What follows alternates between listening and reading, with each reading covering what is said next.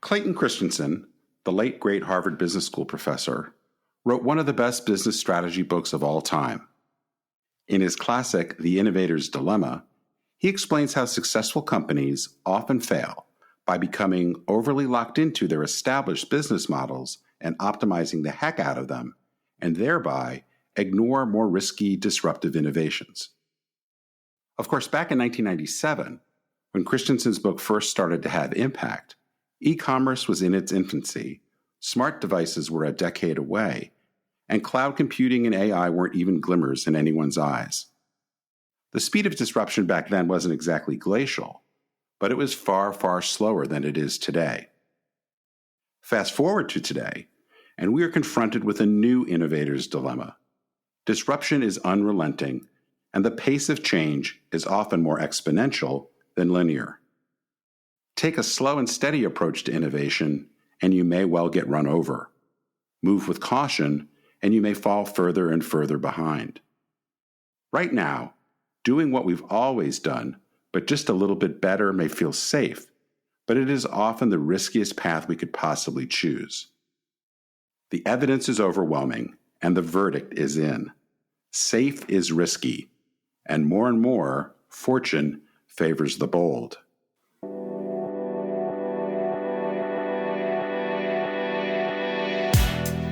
Welcome to a special Remarkable Retail Podcast summer series focused on what leaders need to do to help their organizations win the future and leap to higher ground. I'm Michael LeBlanc, and in this 6-part limited series, Steve will be unpacking key lessons from his new best-selling book, Leaders Leap, Transforming Your Company at the Speed of Disruption, available everywhere books are sold. The reason God was able to create the world in 7 days is that he didn't have to worry about the installed base. That's a quotation I love from venture capitalist and entrepreneur Enzo Teresi. It's great because it does such a wonderful job of calling attention to the innovator's dilemma. As we see all the time, the seemingly safe thing for so many organizations is to keep doing what's made them successful, but just a little bit faster, cheaper, or with a few new bells and whistles. Sheets with higher thread counts. Sounds good. Salted caramel latte. Yes, please. Add a new vendor with an established brand name to the mix. What's not to like? But having the fastest horse in town doesn't do much good when the world has moved on to an entirely different mode of transportation. Yet the amount of energy that companies spend protecting the installed base is extraordinary. I've been in more meetings than I care to mention where the defenders of the status quo argued vociferously against investing in a new venture because of fears that it would cannibalize our core business. We can't afford to take that risk, they'd say. Of course, while we spent time twisting the dials on a decaying business model, our disruptive competition was peeling off our most valuable customers. Maybe we can't afford to not take that risk. Anyway, the uncomfortable truth is that the future is going to happen whether we choose to participate or not. And our choice often boils down to whether we wish to be disrupted or opt to disrupt ourselves. I start off one of the chapters in my new book, Leaders Leap, with a quotation from Graham Greene. Destruction, after all, is a form of creation. This lines up well with the oft-repeated Silicon Valley mantra of move fast and break things. Now, I'm more of a move fast and create stuff sort of guy, but regardless of your preferred aphorism, we have to see that our unwillingness to risk blowing up what we already do to compete with ourselves can, at best, keep us stuck, or, at worst, expose us to great risk over the longer term. This calls us to take a fresh look at how we think about risk, how we confront our fears, and how we decide to aim higher, move faster, and act more boldly. Any examination of retail companies that have struggled, stumbled mightily, or endured a mass extinction event will almost certainly show some form of risk miscalculation, often in the extreme. Competitors were underestimated, disruptive technology wasn't taken seriously, shifting customer preferences were dismissed as passing trends, or more likely, a mixture of all three. Look at many of the owners and operators of traditional enclosed regional malls. Decades ago, creating a destination location by assembling 100 or so leading national specialty retail concepts and 3 to 5 large department stores, Come see the softer side of Sears. Was a killer idea, and over 1,000 such malls filled the sprawling suburban landscape. At the time, it was worth the drive and the hassle to see so much remarkable retail all in one place. But at the risk of stating the obvious, so very much has changed. And yet most operators of malls acted as if nothing was happening as their anchor tenants closed many hundreds of stores and dozens of specialty retailers filed for bankruptcy or disappeared completely. The size of many malls and the poor navigation seems almost laughable, and many tenants are unfamiliar or at least unremarkable. The food courts still contain all the usual suspects, and most still support the design aesthetic we'd recognize from an episode of Stranger Things. But at least you can usually count on getting a good parking space and a free sample of teriyaki chicken. To be fair, the well-managed top-tier malls continue to thrive, but many regional shopping centers are dead or dying. Was the safe thing to double down on a losing hand, to largely maintain the status quo? What we see with organizations is that instead of being afraid that they weren't changing enough, the leaders of many organizations were instead fearful of making a mistake, looking foolish, wasting money, or dealing with any other real or imagined boogeyman. So they took what they saw as the safe and sensible approach, doubling down on what they've always done or pursuing comparatively minor changes, what I recently heard referred to as infinite incrementalism. The result of this optimization approach is that once iconic brands are disappearing completely or facing greater and seemingly insurmountable challenges.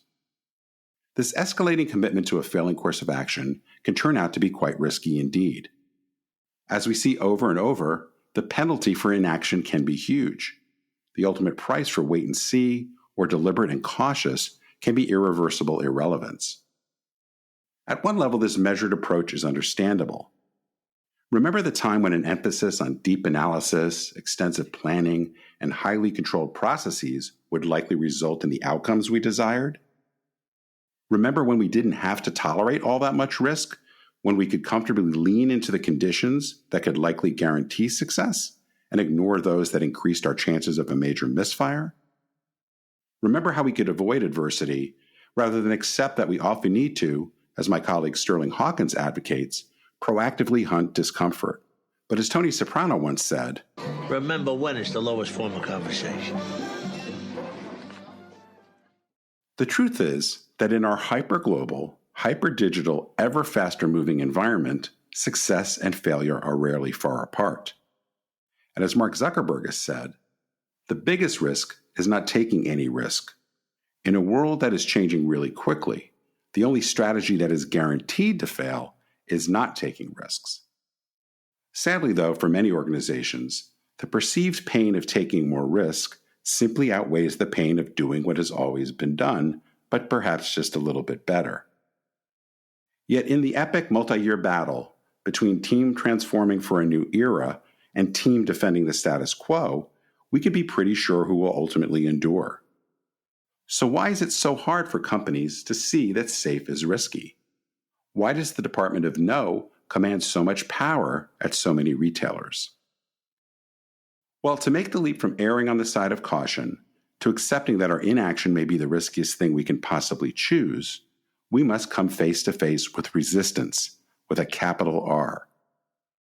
Author Stephen Pressfield's concept of resistance, which he introduced in his iconic book, The War of Art, is the idea that there is a universal force that opposes creativity, progress, and growth. Resistance is the eternal force that holds us back from achieving what deep down we know we must do. It is the voice in our head that tells us we are not good enough, that we don't have the time, the talent, or the resources to pursue our dreams. As Pressfield sees it, resistance takes many forms, such as procrastination, self-doubt, fear, distraction, and addiction. It can manifest in our personal and professional lives, preventing us from reaching our full potential in all areas. Resistance is what keeps companies from trying new things in general and from competing with themselves in particular.